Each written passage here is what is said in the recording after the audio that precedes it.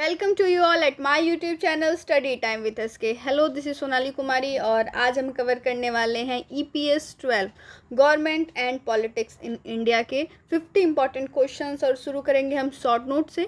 और एक और चीज़ हम आपको बता दें कि EPS से रिलेटेड EPS 03, 07 एंड 015 हमारे चैनल पर अवेलेबल है इनके इंपॉर्टेंट क्वेश्चंस की वीडियोस, तो आप हमारे चैनल पर जाकर के उन वीडियोस को देख सकते हैं। हम इसका एक अलग से प्लेलिस्ट बना देंगे, वहाँ पर भी आप जाकर के EPS के इंपॉर्टेंट क्वेश्चन के वीडियोस देख सकते हैं। स्टार्ट करते हैं आज का वीडियो क्वेश्चन नंबर 1 से। शॉर्ट नोट्स हैं यहाँ पर, ये वो शॉर्ट नोट्स हैं जो एज अ क्वेश्चन भी बहुत बार पूछे गए हैं और काफ़ी रिपीटिंग भी है। स्टार्ट करते हैं हम पॉइंट बाय पॉइंट।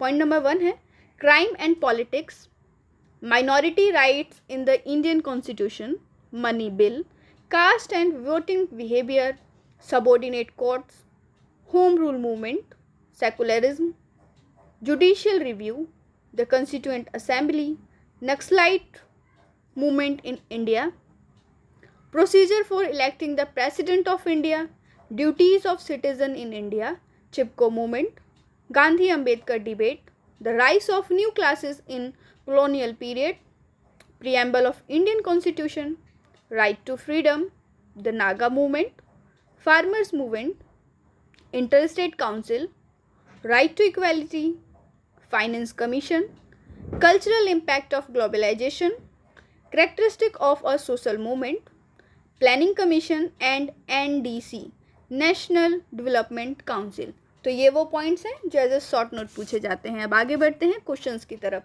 यहाँ पर हम वो क्वेश्चंस लेकर के आए हैं 2 to 50 जो एज ए 12 मार्क्स भी पूछे जाते हैं और 20 मार्क्स भी पूछे जाते हैं। तो आपको सभी क्वेश्चन को वेल प्रिपेयर्ड करना है अपने एग्ज़ाम के लिए। अपना जो भी आप मटेरियल प्रिपेयर कर रहे हैं वो मार्क्स के बेसिस पे भी प्रिपेयर करेंगे और कितना वो इम्पॉर्टेंट है इसके बेसिस पे भी।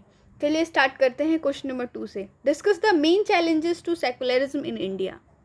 क्वेश्चन नंबर 3 है discuss the characteristics of bureaucracy in India. Question number 4, enumerate the principal difference between the fundamental rights and the directive principles of state policy। आपको इन दोनों का डिफरेंस बताना है, इनके प्रिंसिपल डिफरेंसेस क्या हैं दोनों के अंदर। Question number 5, discuss the politics relating to the special provisions for certain region of the country. आपको पता है कि कंट्री के डिफरेंट रीजन्स में कुछ स्पेशल प्रोविजंस दिए जाते हैं, तो इन प्रोविजंस को लेकर के किस तरीके से पॉलिटिक्स होती है आपको ये बताना है। इस क्वेश्चन के अंदर डिस्कस करना है वो सारी बातें, वो सारे पॉइंट्स। क्वेश्चन नंबर 6 पे आ जाते हैं। Describe the rise of the new working class in pre independence India. Question number 7 है discuss the contribution of the judiciary to the environmental movement in India. Judiciary का जो कंट्रीब्यूशन है Indian जो environmental movements में वो आपको यहाँ पर बताना है। एक और चीज़ की जो इन्वायरमेंटल मूवमेंट्स इंडिया के अंदर हुए हैं उसका आपको एक डिस्क्रिप्शन बनाने के लिए भी आ सकता है क्वेश्चन के अंदर, कई बार पूछा गया है ये चीज़। आइए क्वेश्चन नंबर 8 पे बढ़ जाते हैं। Right an essay on the constituent assembly of India. India की कंस्टिट्यूएंट असेंबली संविधान सभा पे आपको एक एस्से लिखना है। एक और चीज़ ये भी क्वेश्चन बनता है कि संविधान सभा ने किस प्रकार भारत के संविधान का निर्माण किया, जिसके ऊपर आपको एक डिस्क्रिप्शन देना हो सकता है, ये भी क्वेश्चन बनता है। तो आप इस चीज़ को भी अपने माइंड में रखिएगा। क्वेश्चन नंबर 9 पे आ जाते हैं। Discuss the destructive role of colonialism in India. Destructive role यहाँ पर पूछा गया है। क्वेश्चन नंबर 10 पे आ जाते हैं। Discuss the tribal response to colonialism in India. Question number 11, analyse the characteristics of a regional party. जो क्षेत्रीय पार्टी होती है उसे रीजनल पार्टी कहते हैं, तो रीजनल पार्टी के क्या कैरेक्टरिस्टिक्स होते हैं ये आपको बताना है। Question number 12, write a short note on Panchayati Raj in India. Panchayati Raj पे आपको यहाँ पर शॉर्ट नोट लिखना है। ये 20 या फिर 12 मार्क्स में पूछा जा सकता है, तो आप उसी तरीके से इन सभी क्वेश्चंस के लिए प्रिपेयर करेंगे। और जो पंचायती राज का क्वेश्चन है ये आपको एज अ जनरल नॉलेज भी पता होना चाहिए और आपने FST 1 में भी इसके बारे में बहुत सारी चीज़ें पढ़ रखी हैं। आगे बढ़ते हैं क्वेश्चन नंबर 13 की तरफ। What is globalisation, discuss its impact on Indian politics. Question number 14 है describe the salient features of the Indian constitution.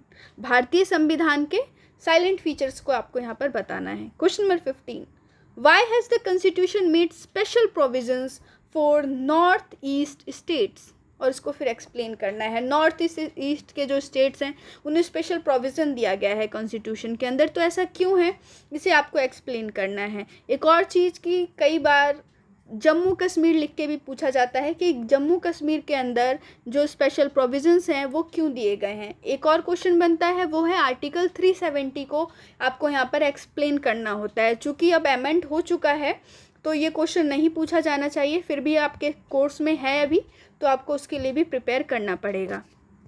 आगे बढ़ते हैं क्वेश्चन नंबर 16 की तरफ।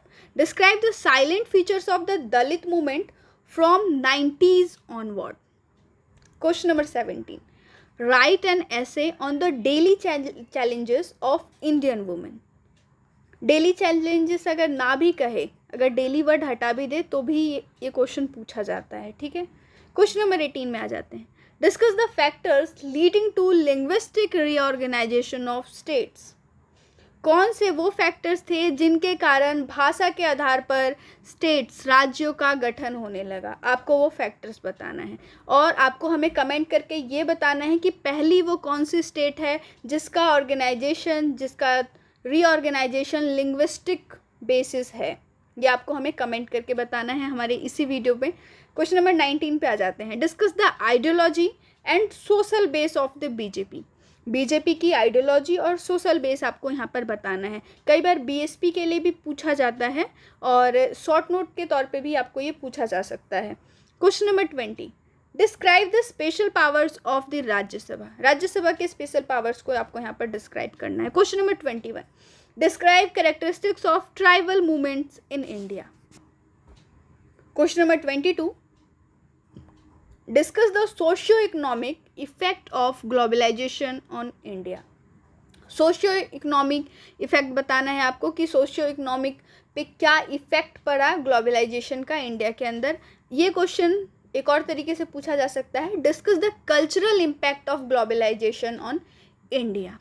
Question number 23। Discuss the state reorganisation of 1956। Question number 24 है analyse the impact of colonialism on the Indian peasantry. Question number 25.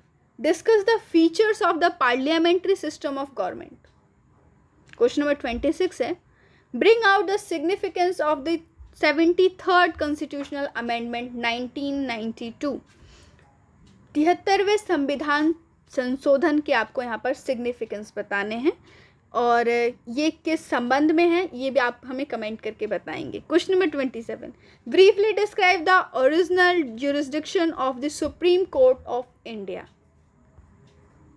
Question number 28 है trace the development of the capitalist class in India and its role in the Indian national movement. Question number 29। Describe the composition and functions of the council of ministers. Question number 30 है Write a note on the sources of the Indian Prime Minister's power and influence. Question number 31. Describe the silent powers of the President of India. अच्छा, एक और चीज़ कि constitution की कौन सी article है जो राष्ट्रपति को एमरजेंसी लागू करने का अधिकार देती है, ये आपको बताना है। आगे बढ़ते हैं क्वेश्चन नंबर 32 की तरफ। Examine the caste class relations in contemporary India. Question number 33 है Examine the relationship between crime and politics in India. काफ़ी रिपीटिंग क्वेश्चन है, बहुत बार पूछा जा चुका है। क्वेश्चन नंबर 35 पे आते हैं। Write an essay on the new classes that emerged during the colonial period in India.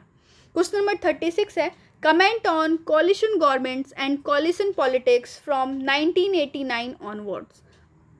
गठबंधन की सरकार के ऊपर आपको यहाँ पर कमेंट करना है। Question number 37। Examine the impact of reservation on social change. Question number 38। Examine the main constants of electoral politics in India.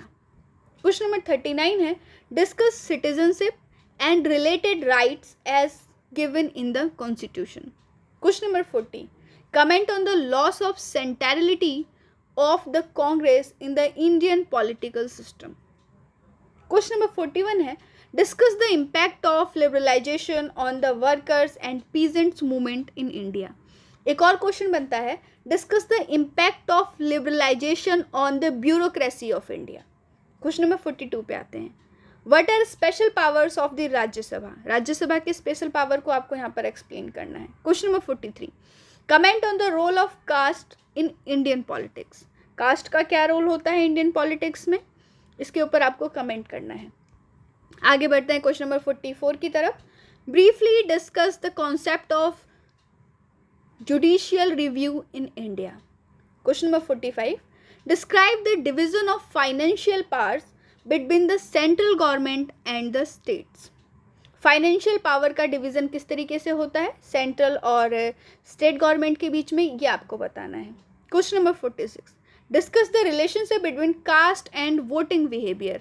Cast और वोटिंग बिहेवियर में क्या रिलेशनशिप है ये आपको बताना है, और ये चीज़ एज अ ग्रेजुएशन में अब आप आ चुके हैं तो यहाँ पर हम देखते भी हैं, एक्सपीरियंस भी करते हैं जब आप वोट कास्ट करने जाते हैं, और बहुत सारे टीवी डिबेट्स में ये सारी चीज़ें उभर करके आती हैं कि क्या रिलेशन है कास्ट और वोटिंग बिहेवियर में, तो वहाँ से भी आप इसका आंसर दे सकते हैं। Question number 47, discuss the position and role of the speaker of the Lok Sabha. Question number 48, discuss the features of the party system in India.